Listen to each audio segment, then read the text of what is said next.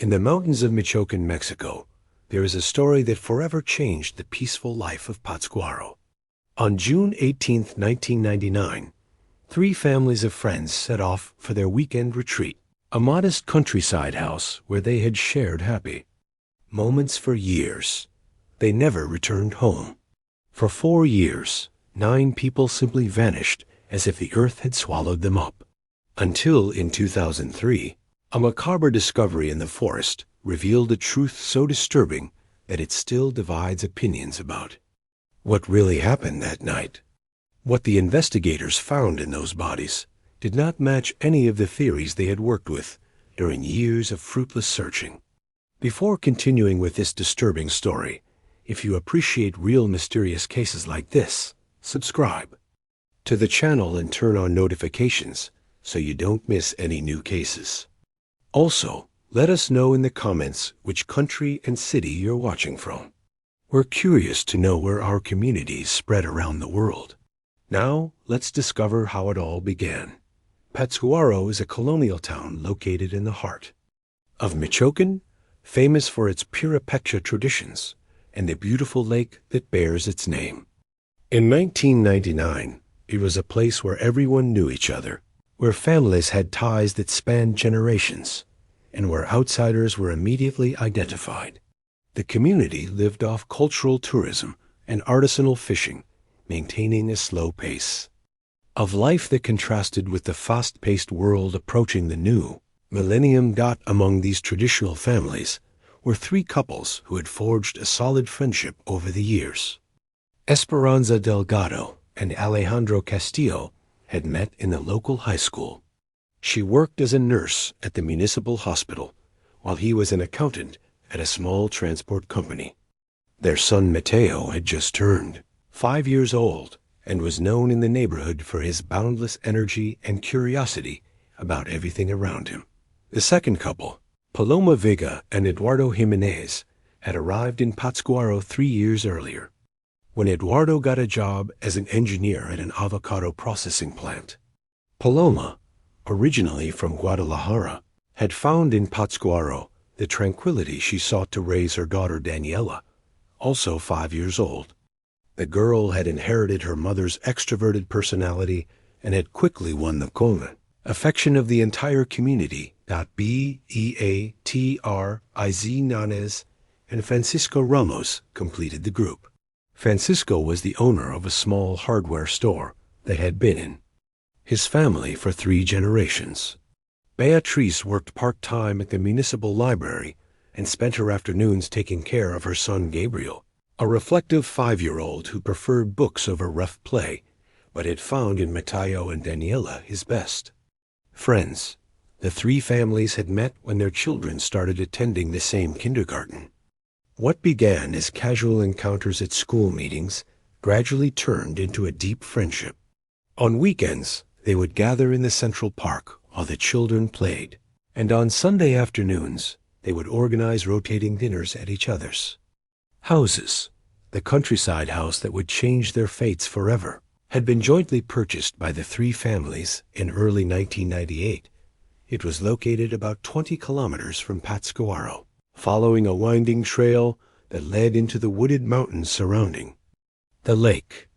It was a simple yet solid construction, made of adobe and wooden beams, with 2 main rooms, a rustic kitchen, and a wide porch offering a spectacular view of the valley. The decision to buy the property together had come naturally. Francisco knew the previous owner, an elderly man who had decided to move to Morelia to be closer to his children. The price was affordable if divided among the 3 families, and the idea of having a retreat to escape the hustle and bustle of the city, even though Pátzcuaro was peaceful, was irresistible. For more than a year, weekends at the countryside house had become a sacred tradition. They would arrive on Friday afternoon after work and school, loaded with provisions and plans for the weekend. The men would usually spend Saturday mornings on minor repairs or improvements to the property, while the women prepared abundant meals, and the children explored the surroundings under constant supervision. The place had a special magic. It was surrounded by a pine and oak forest that stretched for miles in all directions. A small stream ran about 100 meters from the house, providing the constant sound of flowing water, which had become the soundtrack of their escapes. During the nights, when the air turned cool and the stars shone with an intensity impossible to appreciate in the city, the three families would gather around a bonfire to tell stories and plan future trips. The region had a rich history of Puripesha traditions. The locals would occasionally mention legends about the forests, but these stories were part of the local folklore and had never represented a real concern. The house was isolated enough to offer privacy, but not so much that they felt completely disconnected from civilization. Access was via a dirt road that, although not paved, remained in passable condition throughout the year. From the main road to the house, there was about 3 kilometers of winding trail that cut through thick forest. The nearest neighbors lived in a small rancheria, about 5 kilometers away. Hard-working people who knew the three families and occasionally exchanged polite greetings. In 1999, communication wasn't like it is today. Cell phones existed, but were expensive, and their coverage in the mountains was practically non-existent. The countryside house didn't have a landline, which added to its charm. It was a place to completely disconnect from the outside world. This feature, which had been seen as an advantage for more than a year, would soon become a crucial factor in the events that were about to unfold. Friday, June 18, 1999, dawned with a clear sky and the promise of a perfect weekend. The temperatures were pleasant for that time of year, and the spring rains had left the forests green and full of life. It was the kind of day that made the people of Pátzcuaro remember why they had chosen to live in this special corner of Mexico. As was their custom, the three families had coordinated their plans during the week. The previous Wednesday, Esperanza had called Paloma to confirm that she would bring the ingredients for the mole they had planned to prepare on Saturday. Paloma, in turn, had spoken with Beatriz to organize the games they had planned for the children. It was a well-established routine that worked without issues. On Friday morning, Francisco opened his hardware store as usual. His employee, Ruben Aguirre, would later recall that Francisco seemed particularly cheerful that day. He had mentioned that he planned to install a small pergola on the porch of the countryside house and had set aside the necessary materials to take in his 1994 Ford truck. According to Ruben, Francisco closed the store at 5 p.m., half an hour earlier than usual, explaining that he wanted to stop by home to pick up Beatriz and Gabriel before there was too much traffic on the streets. ESPE, RANZA, had finished her shift. At the hospital at 3 p.m., her supervisor, Dr. Patricia Herrera, remembered that Esperanza had mentioned her weekend plans while organizing medical files. She seemed happy, the doctor would later recall during the investigation. Esperanza always got excited about these trips. She said they were the highlight of her week. Alejandro had left his office at the transport company, Flets Michoacan. At 4:30 p.m., his boss, Mr. Octavio Salinas, confirmed that Alejandro had finished reviewing pending invoices and had left everything in order for the following Monday. He was very responsible, Salinas would remember. He never left without finishing his work, and that Friday was no exception. Eduardo had finished his shift at the avocado processing plant at 5 p.m.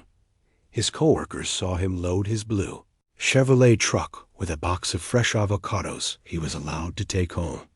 It was a common practice among employees, and no one thought much of it at the time. The usual meeting point was the Pemex gas station, located on the northern exit of Pátzcuaro toward the mountains. The three families usually gathered there to fuel up and make any last-minute purchases at the attached convenience store. The gas station employees, who knew the families from their regular visits, confirmed that all three trucks arrived between 6 and 6:30 p.m. Gregorio Campos, the gas station attendant, had an exceptionally good memory for details. He recalled that there was something different about the routine that day. Normally, the families arrived in a coordinated manner, with only a few minutes between each. That day, Francisco's truck had arrived first, followed almost immediately by Alejandro's. Eduardo took about 15 minutes longer to appear, and when he arrived, he seemed slightly agitated. Eduardo got out of his truck quickly.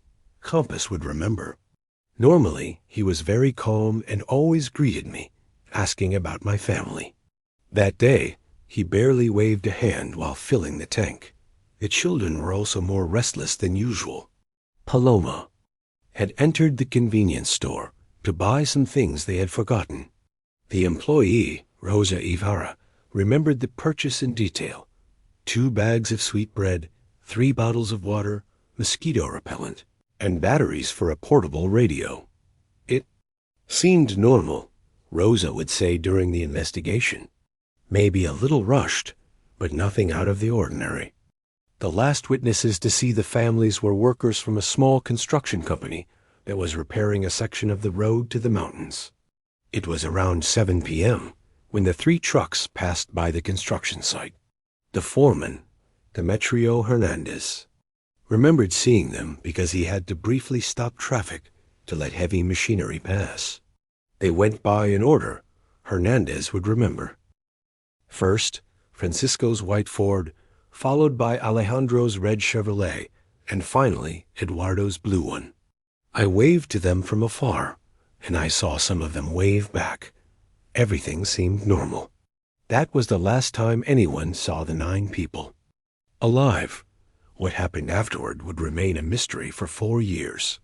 The road to the countryside house continued for another 10 kilometers after the construction site, going deeper into the forest. There were no more witnesses, no security cameras, no way to track their final movements. On Sunday, June 20th, in the evening, when the families didn't return to Pátzcuaro as usual, the first signs of concern began to emerge. Alejandro had a meeting scheduled early Monday morning, and his unexplained absence from work was uncharacteristic. Eduardo also had responsibilities that he couldn't postpone, and Francisco had never left his hardware store closed without notifying anyone. It was Ruben Aguirre, Francisco's employee, who first noticed that something was wrong. On Monday morning, he arrived at the store at 8 a.m. and found the doors locked. He waited all morning for Francisco to appear, but as the hours passed, his worry grew.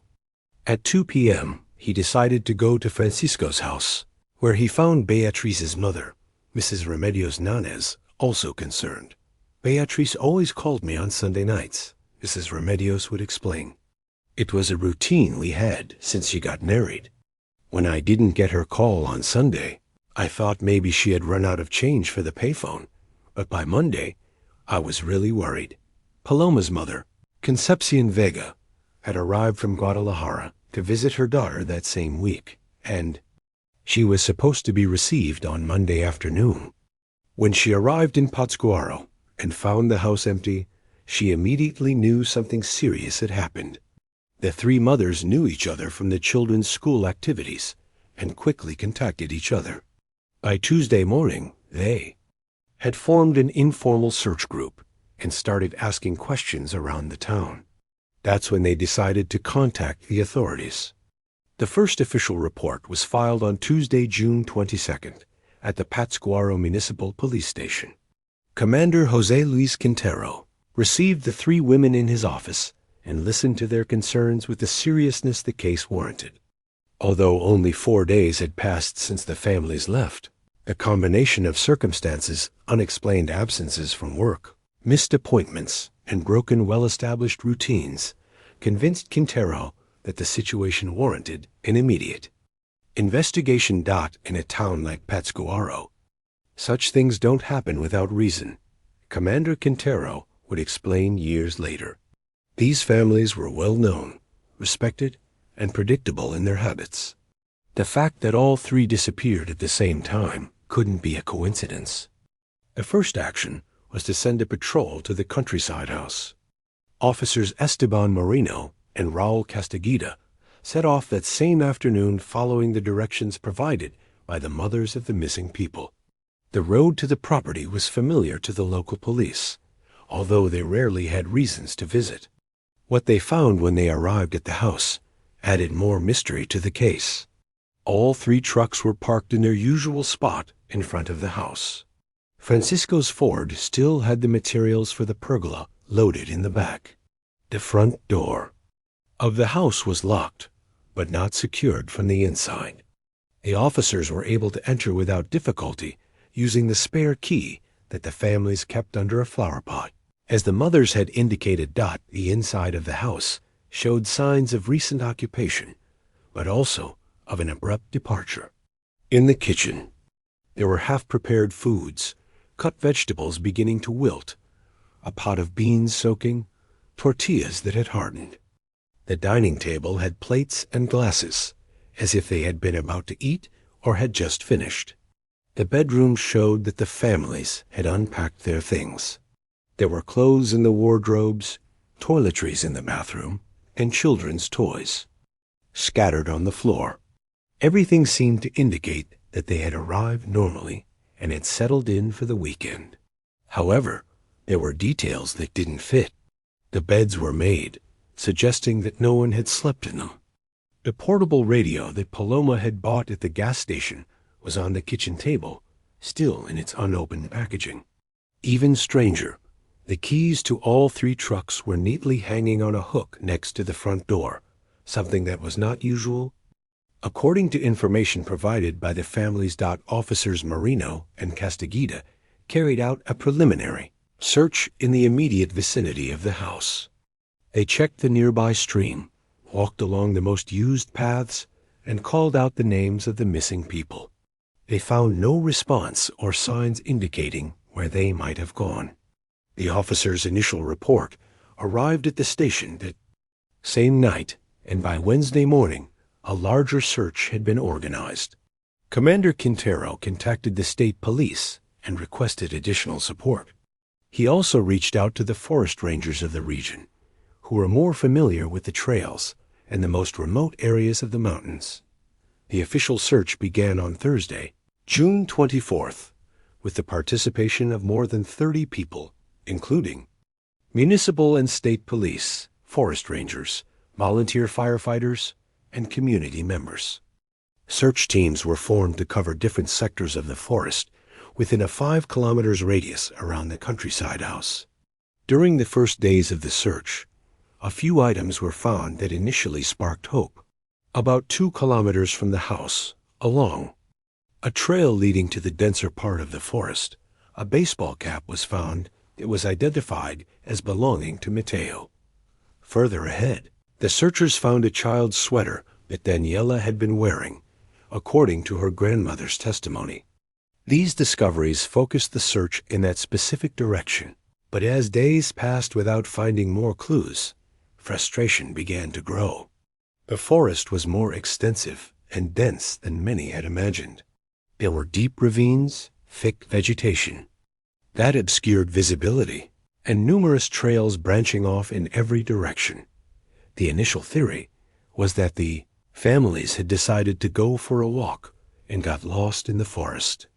This explanation seemed logical, considering that there were small children involved and that the terrain could be treacherous for people unfamiliar with it. However, this theory had problems. The families knew the area reasonably well after more than a year of regular visits, and they had never shown an interest in venturing too far from the house. Furthermore, the fact that they had left the truck keys hanging so neatly suggested a planned departure, not a spontaneous decision to go for a walk. And if they had indeed planned a hike, why hadn't they taken provisions or water? The objects found in the house suggested they were preparing for a meal, not a walk. The months that followed the disappearances deeply transformed the community of Pátzcuaro. What had started as an urgent search gradually turned to a prolonged vigil, and then into a reluctant acceptance that something terrible had happened. The mothers of the missing families formed an informal support group They met every day at Remedios Nanez's house. Concepcion Vega had decided to stay in Pátzcuaro indefinitely, canceling her plans to return to Guadalajara. The three women found a strength in their shared pain that none of them had imagined they possessed. During the first few months, they organized additional searches. Every weekend, they hired local guides who knew every trail, every cave, and every corner of the mountains. They spent their savings on search equipment, detailed maps, and even consulted a tracking expert who had worked with the federal police on other cases. Mr. Tomas Avila, a local resident who had worked as a guide for more than 20 years, became deeply involved in the search. He knew the mountains like the back of his hand and had helped locate missing people on several occasions. "I had never seen anything like this," Avila would confess. "It's as if they vanished into thin air. I know every cave, every ravine, every place where someone could take shelter or where they might have had an accident. They're just not there."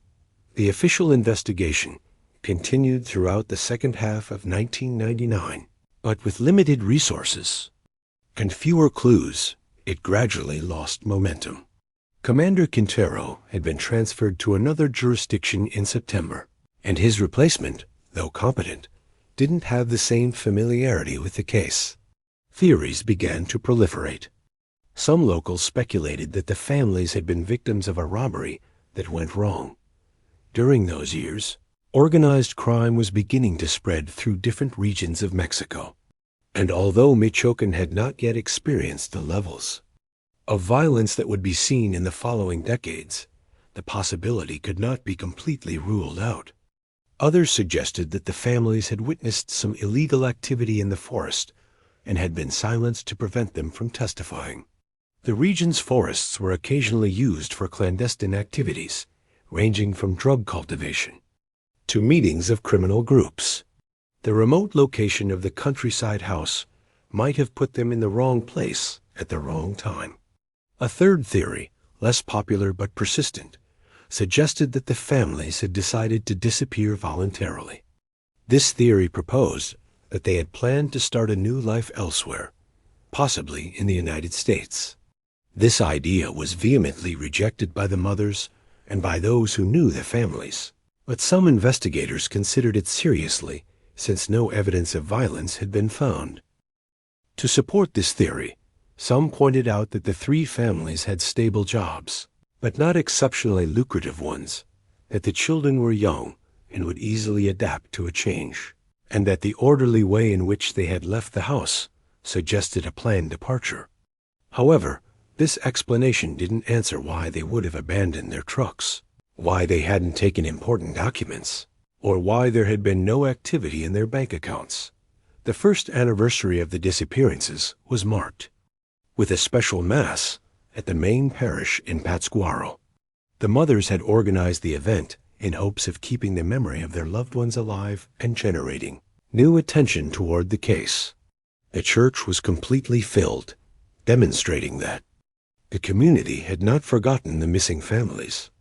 During this Mass, Father Miguel Sandoval delivered words that would resonate in the memory of many attendees. In times of uncertainty, faith holds us up, but we must also remember that the truth, though painful, is the only thing that can bring true peace to those who suffer. By the second anniversary, public attention had decreased significantly. The regional media, which had initially covered the case intensively, now only mentioned it occasionally. Authorities had reclassified the case as cold, although technically it remained open. The mothers, however, had not given up. Remedios Nanez had sold some of her belongings to fund a consultation with a private investigator from Mexico City. The investigator, Fernando Aguilar, had worked on similar cases and had contacts with various security agencies. Aguilar spent 2 weeks in Pátzcuaro reviewing the entire case file and re-interviewing witnesses. His conclusion was professional but discouraging. Without new physical or testimonial evidence, the chances of solving the case were minimal.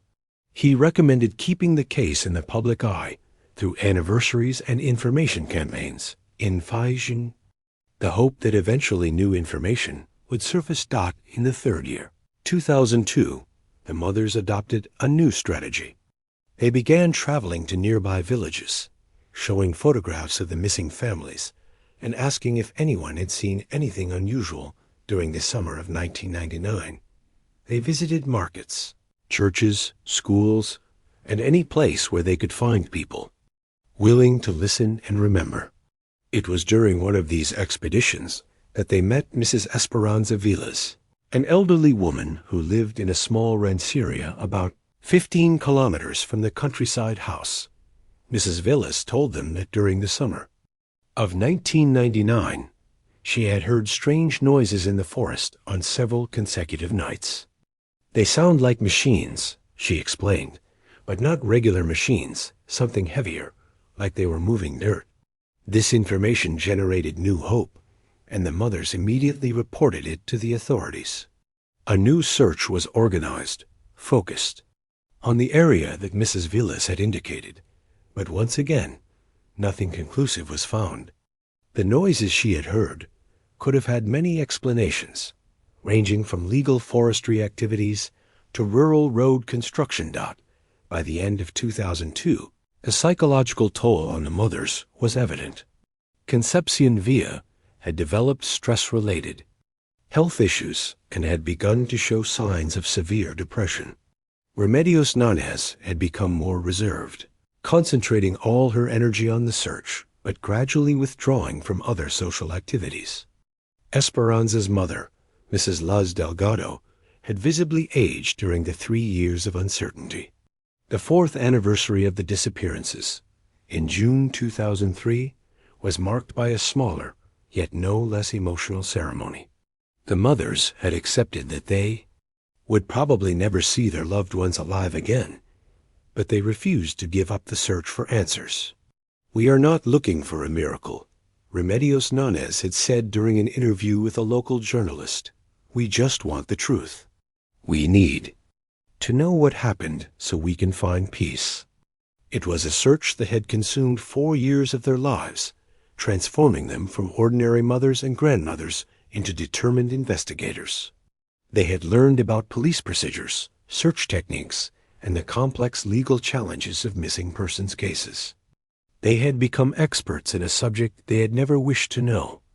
What they didn't know was that their persistence was about to be rewarded in the most unexpected and disturbing way. The summer of 2003 had been particularly dry in Michoacan. The spring rains had been sparse, and by August, the humidity levels in the forests were dangerously low.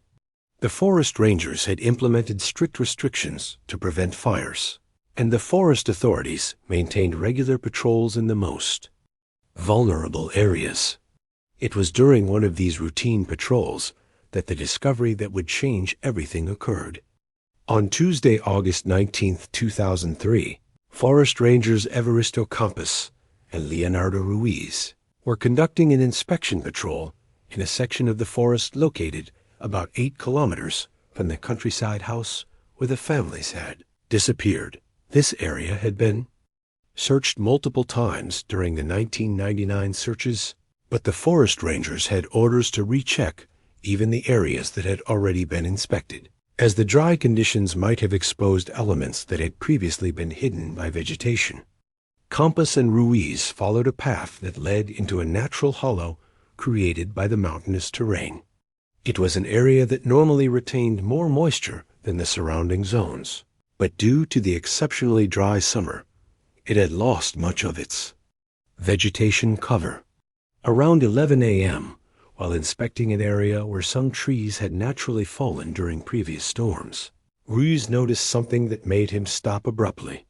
Among the fallen trunks and dry soil, what seemed to be a fragment of faded cloth was protruding. At first, I thought it was garbage, Ruiz would recall years later. People sometimes come to camp illegally and leave trash behind. But when I got closer, I realized it was something different. The fabric was partially buried and had taken on the color of the surrounding earth. Ruiz called Campos and both approached to examine the find more closely. Carefully, they began to remove dirt and dry leaves from the area, following the protocols they had learned during their years of experience. What they found left them speechless. Under the cloth were human skeletal remains, clearly visible once. They removed the surface layer of earth and vegetation. The rangers immediately halted their exploration and retreated from the area to avoid contaminating the scene. Compass contacted the Central Ranger Office, who in turn immediately notified the local authorities. By 2 p.m., the area had been cordoned off and a security perimeter had been established. The current municipal police commander, Arturo Delgado, arrived at the site accompanied by investigators from the state police. The scene they found was both revealing and puzzling. The remains were spread over an area of approximately 20 square meters, but not randomly. There seemed to be a deliberate organization in their arrangement, as if they had been placed there with some care rather than being simply abandoned. The investigators immediately requested the presence of a forensic anthropologist from the University of Morelia.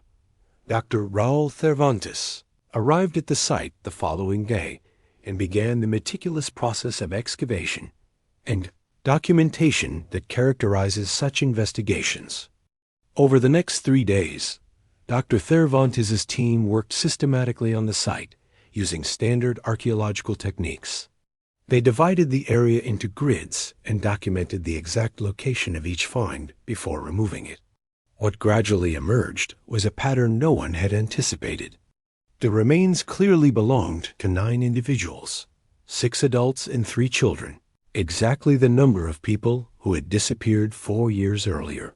But the arrangement of the remains suggested they had not died at that location. There was no evidence of a struggle, no personal belongings scattered about, no signs that they had arrived there on their own. Even more intriguing was the condition of some of the objects found with the remains. Fragments of clothing that had been protected from the elements retained colors and patterns that family members could recognize. A men's wristwatch, although rusted, still had the initials AC engraved on the back, making it clear it belonged to Alejandro Castillo. But the most disturbing find was the discovery of evidence suggesting that the bodies had been transported to the site a considerable time after death. Dr. Cervantes found inconsistencies in the decomposition that could only be explained if the remains had been in a different environment for an extended period before being placed in their final location. The decomposition patterns do not match 4 years of exposure to the elements in this specific environment. Dr. Cervantes explained in his preliminary report. There is evidence suggesting that these remains were in a more protected environment, possibly underground or in a sealed structure for a significant period before being moved to this site. This revelation completely transformed the nature of the investigation. It was no longer a case of people getting lost in the forest or victims of a crime of passion. The findings suggested a level of planning and deliberation that indicated the involvement of someone with specific knowledge of the area and possibly access to equipment to transport and bury the remains. On Wednesday, August 22nd, the authorities made the difficult decision to inform the mothers of the missing families about the discovery. The 3 women were called to the police station, where Commander Delgado carefully explained what had been found. Their reaction was a complex mix of relief and devastation. After 4 years of uncertainty, they finally had an answer about the fate of their loved ones. But that answer confirmed their worst fears and raised new disturbing questions about the circumstances of their deaths. Remedios Nunez was the first to speak after hearing the news. "We always knew they were dead," she said with a voice that trembled but maintained its dignity. "What we don't understand is why someone would do something like this. What had they done to deserve this?" The formal identification of the remains would require several more weeks of forensic work, but the personal belongings found at the site already provided convincing evidence that these were the missing families. In addition to Alejandro's watch, fragments of a bracelet that Paloma used to wear, a small toy that Mateo regularly brought to the countryside house, and other items were immediately recognized by the mothers. The discovery of the burial site marked the beginning of a new phase in the investigation, one that would focus not on finding the victims, but on identifying those who had killed them, and determining why they had chosen this remote place to hide the bodies. The news of the discovery spread quickly throughout Pátzcuaro, creating a mix of relief and apprehension that permeated the entire community. After 4 years of speculation and theories, there was finally concrete evidence. But that evidence raised even more unsettling questions than it had answered. Commander Arturo Delgado established a special investigation team to handle the case, recognizing it as the most serious crime he had faced in his 15 years in law enforcement. He requested support from the state police and the Michoacan Attorney General's office. The case was assigned to Detective Miguel Herrera, an experienced investigator known for his meticulousness and persistence. Herrera arrived in Pátzcuaro on Friday, August 24th, and immediately began reviewing the original case file. He observed that while the initial investigation was competent, it had been limited by resources and experience. The local investigators had done their best with what they had.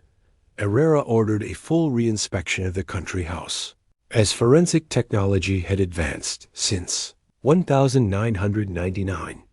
The new forensic team from Morelia used more sophisticated methods, including luminol, to detect cleaned blood traces, soil samples, and metal detectors to search for buried objects. The results were revealing. Luminol showed traces of blood in the kitchen, suggesting violence had occurred but had been meticulously cleaned. Blood traces were also found where the vehicles had been parked, indicating the bodies had been transported from the house. Herrera began creating a more precise timeline of events, noting that the families had arrived at the house as planned, but something had interrupted their routine. The second line of investigation focused on identifying potential motives. Interviews with acquaintances revealed that Eduardo Jimenez had seemed worried in the weeks leading up to the disappearance.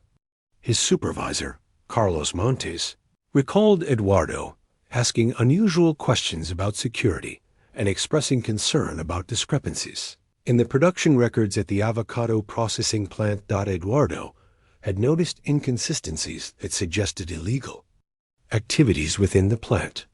Some employees were using the facility to launder money through the legitimate avocado operation. Eduardo, with his engineering background, had begun to ask questions that made some people uncomfortable.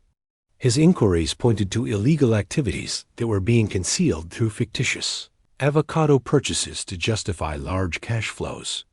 Eduardo had scheduled a meeting with the company's accountant on June 21, 1999, the day after the families were supposed to return from their weekend at the country house. If Eduardo had attended that meeting, it would have exposed the illegal operation, something Gustavo Rivas, the plant manager, and his associates could not allow. The investigation revealed that Rivas had ties to criminal organizations expanding in Michoacan during the late 90s. Rivas had previously worked on similar operations in Jalisco and Colima, always staying just within the law until investigations closed in, after which he disappeared, only to resurface elsewhere under a new business identity. Herrera also discovered that Rivas had suddenly left Pátzcuaro in early July 1999, just 2 weeks after the disappearance, citing a family emergency, never to return. His phone and bank connections were abruptly severed, suggesting a planned disappearance. Rivas didn't act alone, however. Several accomplices were identified, including Renato Aguilar, the company accountant, and Hugo Salazar, a production supervisor. Both had disappeared around the same time, though at different dates to avoid suspicion. The reconstruction of events suggested that Rivas had decided to eliminate Eduardo before he could expose the operation. However, Eduardo was rarely alone. He was married, had a young daughter, and maintained close ties with the other two families. Attacking him alone would have raised immediate questions and pointed to the processing plant. Rivas's brutal solution was to eliminate all three families during their weekend at the isolated country house, making it appear like a random crime or a botched robbery, diverting attention from the plant's activities Rivas had likely conducted. Surveillance on the families in the weeks leading up to the attack, learning their habits and the exact time of their departure. Herrera discovered that several residents of Pátzcuaro had noticed unfamiliar men observing the families, but hadn't reported it at the time. The forensic evidence from the burial site supported this theory, as transporting 9 bodies over 4 years without being discovered required significant planning and local knowledge of the terrain. The bodies had been kept in another location for an extended period before being buried, explaining the inconsistencies in decomposition noted by the forensic anthropologist Dot. By late August 2003, Herrera had developed a solid theory about the motives and perpetrators, but the challenge was locating suspects who had had 4 years to disappear and assume new identities. A nationwide search for Gustavo Rivas, Renato Aguilar, and Hugo Salazar was initiated, with alerts sent to all security agencies. On September 15, 2003, an anonymous tip led to the discovery of Renato Aguilar in La Piedad, a town about 2 hours from Pátzcuaro. The informant had recognized Aguilar working under the alias Roberto Medina in a local accounting office. Herrera immediately organized a surveillance operation, confirming that the man was indeed the fugitive accountant. They found him living a seemingly normal life under a false identity. The decision to arrest Aguilar was carefully planned to prevent him from destroying evidence or alerting his accomplices.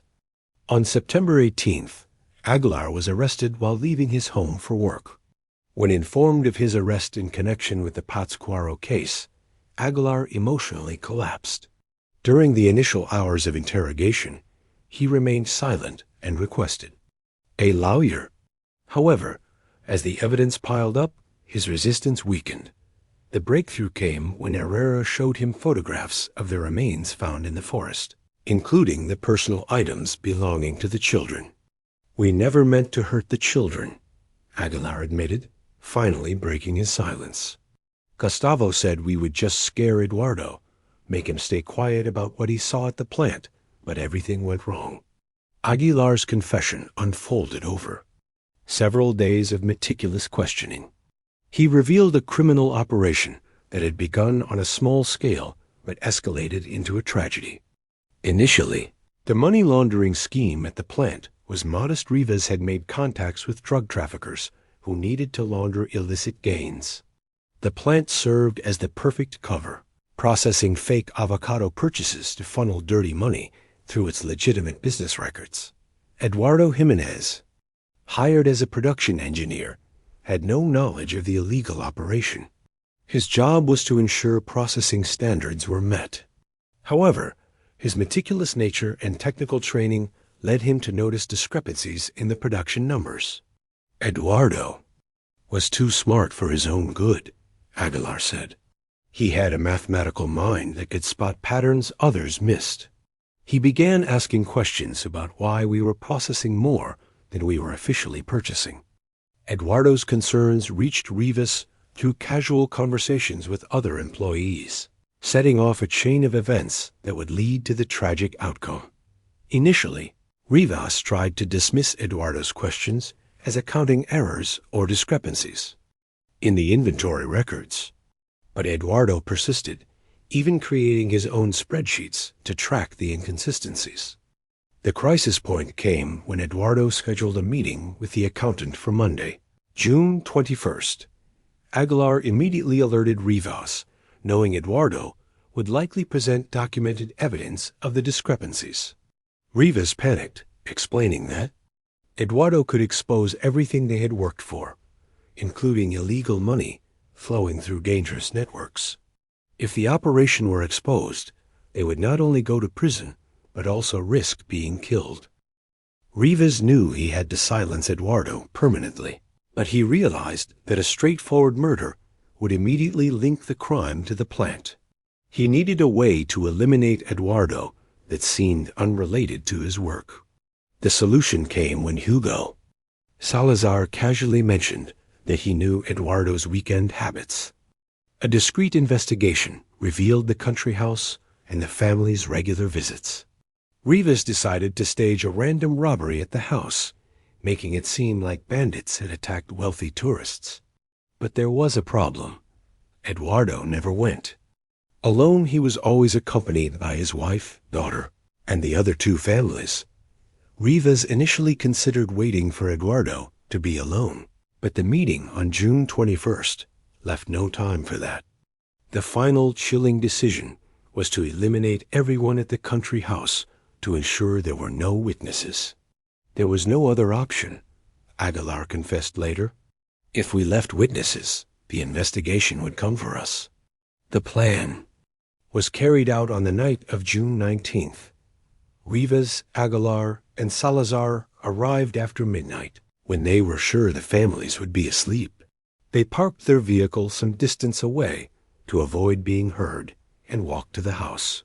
What followed, according to Aguilar's confession, was a bloodbath that exceeded even Rivas's brutal expectations. The families were caught completely off guard, and the presence of the children complicated the situation. The adults tried to protect the children, Aguilar said, his voice breaking. Francisco and Alejandro tried to fight. The women begged for their children's lives. It was horrible. We didn't plan for it to be like this. Details of the murders emerged during days of interrogation, with forensic evidence corroborating Aguilar's confession, including blood patterns found in the house and the circumstances surrounding the disposal of the bodies. After the killings, the perpetrators faced the problem of disposing of 9 bodies without being discovered. Rivas, experienced in hiding crime evidence, decided to move the bodies to a temporary location while planning a more permanent solution. The bodies were initially hidden in a cave located in the mountains, several kilometers from the house. This spot was chosen because it was known only to locals and rarely visited by tourists or hunters. The bodies stayed there for nearly a year, while Rivas, Aguilar, and Salazar disappeared from Pátzcuaro and created new identities across the country. In the summer of 2000, Rivas secretly returned to the region to move the bodies to their final resting place. He chose the site where they were eventually found because it was far from obvious search routes, but accessible enough to transport the bodies without specialized equipment. We thought they'd never find them, Aguilar explained. In a few years, when everything had calmed down, we could go back and dispose of them permanently, but we never expected someone to find them so soon. Aguilar's confession provided investigators with the necessary information to track down Rivas and Salazar. Rivas had been living in Tijuana under the name Marcos Villarreal, involved in another money-laundering operation tied to drug trafficking.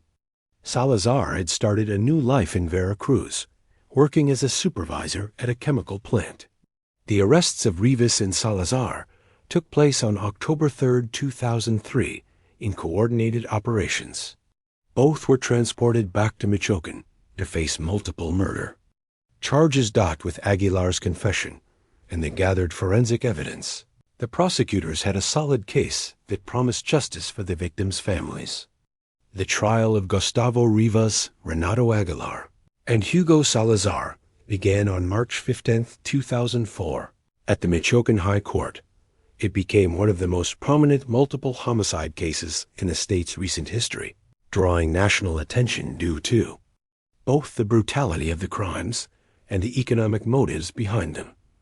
The mothers of the murdered families, Remedios Nones, Concepcion Vega, and Luz Delgado, attended every day of the trial.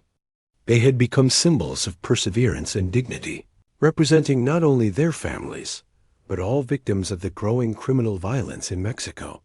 The special prosecutor, Mauricio Sandoval, meticulously prepared the charges.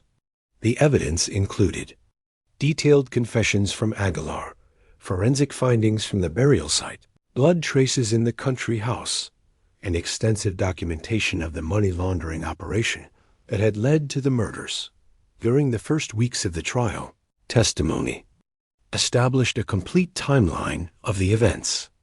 Witnesses included the park rangers who found the remains, the forensic anthropologist who analyzed the findings, and several Pátzcuaro residents who knew the victims and could testify about their character and routines. The most impactful testimony came from Renato Aguilar, who agreed to fully cooperate with the prosecutors in exchange for a reduced sentence. For 3 days on the stand, Aguilar described in detail the criminal operation and the events that led to the murders. "I never thought we would get this far," said Aguilar during his testimony. "When we started the money laundering operation, I thought it was just a financial issue. I never imagined it would end with the deaths of innocent families, including young children." His description of the night of the murders was particularly heartbreaking. He explained how the families were caught off guard while sleeping, how the parents tried to protect their children, and how the situation quickly spiraled out of control. "Gustavo said it would be quick and clean," Aguilar testified. "But when we saw the whole families with the kids, I wanted to leave, but Gustavo said it was too late to back out." Rivas' defense tried to argue that Aguilar was lying to reduce his own responsibility, but the forensic evidence corroborated nearly every detail of his testimony. Blood patterns found in the country house matched his description of the events, and the location of the remains was consistent with his accounts of how they were transported and hidden. Hugo Salazar chose not to testify in his own defense, but his lawyer argued that he had been coerced by Rivas to participate in the crimes. This strategy failed, as the evidence showed Salazar was actively involved in planning and executing the murders. Rivas maintained his innocence until the end, claiming Aguilar fabricated the entire story to shift the blame from himself. However, his credibility was destroyed when investigators presented evidence of his criminal history in other states and his pattern of setting up similar money laundering operations. The trial climaxed when the victims' mothers were called to testify about the impact of the crimes on their lives. Their testimonies were devastating in their simplicity and sincerity. Remedios Nones spoke about how the loss of her daughter Beatriz and her grandson Gabriel changed every aspect of her life. "Not a day goes by without thinking of them," she said. "But at least now I know what happened to them. I no longer have to wonder if they are suffering somewhere or if they'll come home one day." Concepcion Vega described how she had to permanently move to Pátzcuaro to search for her daughter and granddaughter, leaving behind her life in Guadalajara. "I lost not only my family but my home, my community, everything I knew," she explained. "These men didn't just kill our loved ones, they destroyed our entire world." Luz Delgado spoke about the impact on the community. "Our town changed after this," she said. "We lost the sense of security we had for generations. Now we know evil can reach even the quietest places." The verdict was announced on June 18, 2004, exactly 5 years after the families left for their last weekend at the country house. The jury found all 3 defendants guilty of multiple first-degree murders. Gustavo Rivas was sentenced to 60 years in prison without parole. Hugo Salazar received 45 years, and Renato Aguilar, due to his cooperation with authorities, was sentenced to 30 years with the possibility of parole after 20. During the sentencing, Rivas finally showed some emotion, not remorse, but anger. "This is unjust," he shouted. Eduardo Jimenez was interfering with a legitimate business. This could have been avoided if he had kept his mouth shut. His words shocked the courtroom, confirming to many that he felt no genuine remorse for his actions. Judge Jose Alberto Ramirez responded with words that resonated with everyone present.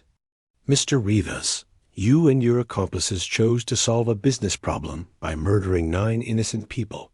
including 3 5-year-old children. There is no economic or criminal circumstance that can justify such brutality. Society deserves to be protected from individuals like you for as long as possible. After the trial, the victims' mothers established a foundation to help families of missing persons.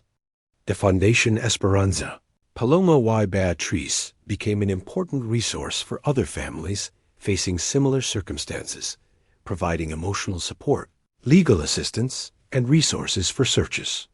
The country house where the murders occurred was eventually demolished, and the land was donated to the municipality of Pátzcuaro to be turned into a memorial park. A simple plaque marks the site, reminding visitors that people who sought peace and happiness in the mountains they loved once lived and died there. The case transformed law enforcement practices in Michoacán, leading to better forensic training and more effective protocols for missing persons cases. It also resulted in increased surveillance of money laundering operations in regional agricultural businesses. By 2005, the 3 perpetrators were serving their sentences in different high-security prisons. Aguilar had started participating in rehabilitation programs and occasionally wrote apology letters to the victims' families, though they were never answered. Salazar kept a low profile in prison, avoiding trouble but also avoiding any attempts at rehabilitation. Rivas had multiple disciplinary incidents and earned a reputation as a problematic and violent inmate. Detective Miguel Herrera, who led the investigation that solved the case, was promoted and eventually became the Director of Criminal Investigations for the entire state of Michoacán. He often cited the case of the 3 families as an example of the importance of persistence in investigations and the value of communities that refuse to forget their victims. In 2008, on the 5th anniversary of the discovery of the remains, a memorial ceremony was held in Pátzcuaro. The mothers of the victims, now in their 70s, but still strong in their determination, spoke about the importance of memory and justice. "Our loved ones can't come back," said Remedios Nanas during the ceremony, "but we can ensure their memory stays alive and that their story helps protect other families.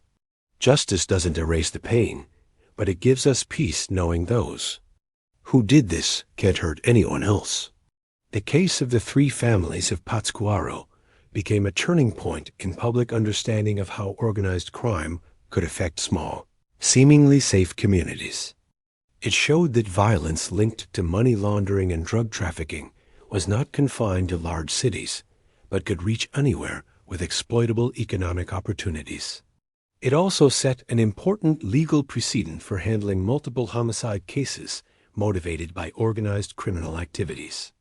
The investigative techniques developed during this case became a model for similar investigations across the country. Today, more than 20 years after the murders, the case is still remembered in Pátzcuaro and throughout Michoacán.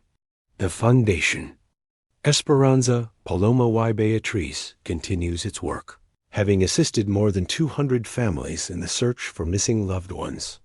The mountains surrounding Pátzcuaro remain beautiful, and many families continue to visit to escape the pressures of urban life. But the story of what happened in a remote country house during a weekend in June 1999 serves as a permanent reminder that evil can appear even in the quietest places, and that justice, though sometimes delayed, can ultimately prevail when communities refuse to forget and refuse to give up. This case shows how greed and criminality can destroy innocent lives in ways far beyond the direct victims. Eduardo Jimenez was simply doing his job with the diligence and honesty that characterized his personality, never imagining that his professional integrity would endanger not only his life, but the lives of 8 others he loved. What do you think of this story? Could you perceive the danger signals that developed in the weeks leading up to the crime? Do you think Eduardo should have handled his suspicions differently? Share your theories in the comments. If you enjoyed this deep dive into a case that forever marked a community, don't forget to subscribe to the channel and turn on notifications so you don't miss our next cases. Leave a like if this story impacted you as much as it did us, and share it with someone else who's interested in real-life cases that show both the fragility and strength of the human spirit.